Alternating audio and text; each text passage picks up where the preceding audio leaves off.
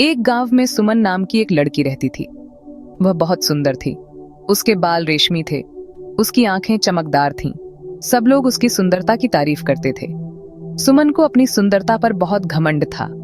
वह हमेशा शीशे में खुद को निहारती रहती, दूसरों को नीचा देखती। गांव की दूसरी लड़कियां उससे ईर्ष्या करती। सुमन को लगता था कि सुंदरता ही सब कुछ है। वह भूल गई थी कि सुंदरता के साथ साथ अच्छे गुण भी होने चाहिए। उसकी माँ उसे समझाती थी। वह कहती थी, बेटी, सुंदरता तो कुछ समय की होती है, अच्छाई हमेशा रहती है। लेकिन सुमन अपनी माँ की बातों पर ध्यान नहीं देती थी।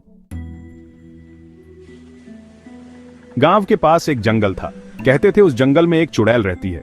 वह बहुत शक्तिशाली थी। गांव वाले उससे डरते थे। वे रात को घर से बाहर नहीं निकलते थे।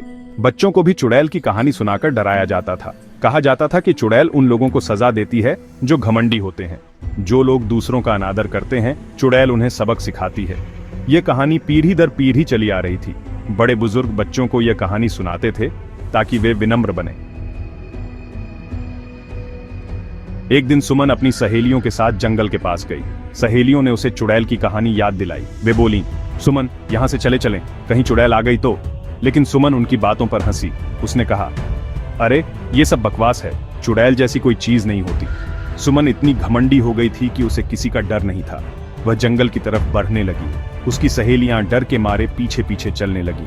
उन्होंने सुमन को रोकने की बहुत कोशिश की, लेकिन सुमन नहीं मानी। अचानक जंगल में अंधेरा छा गया। तेज हवा चलने लगी, पेड़ उखड़ने लगे। सुमन की सहेलियां डर के मारे चिल्ला पड़ी। तभी उन्हें एक भयानक आवाज सुनाई दी। उन्होंने देखा कि उनके सामने एक डरावनी चुड़ैल खड़ी है। चुड़ैल ने सुमन की तरफ देखा और बोली, तो तुम ही हो सुमन? तुम्हें अपनी सुंदरता पर बहुत घमंड है।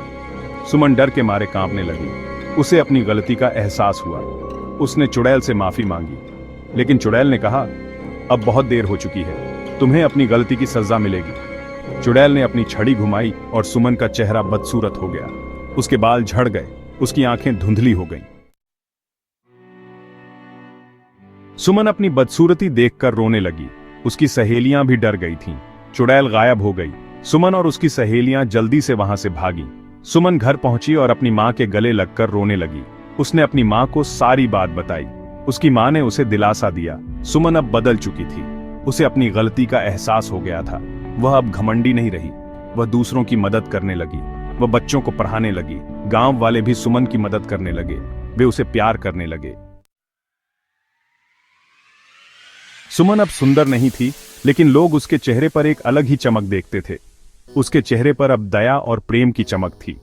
सुमन ने समझ लिया था कि सच्ची सुंदरता रूप की नहीं, बल्कि गुणों की होती है।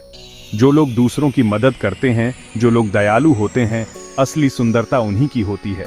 चुड़ैल ने भले ही सुमन को सजा दी थी, लेकिन उस सजा ने सुमन को एक नया जीवन दिया था। सुमन अब खुश थी क्योंकि वह जानती थी कि वह सही रास्ते पर चल रही है। उसने अपनी जिंदगी का उद्देश्य ढूंढ लिया था।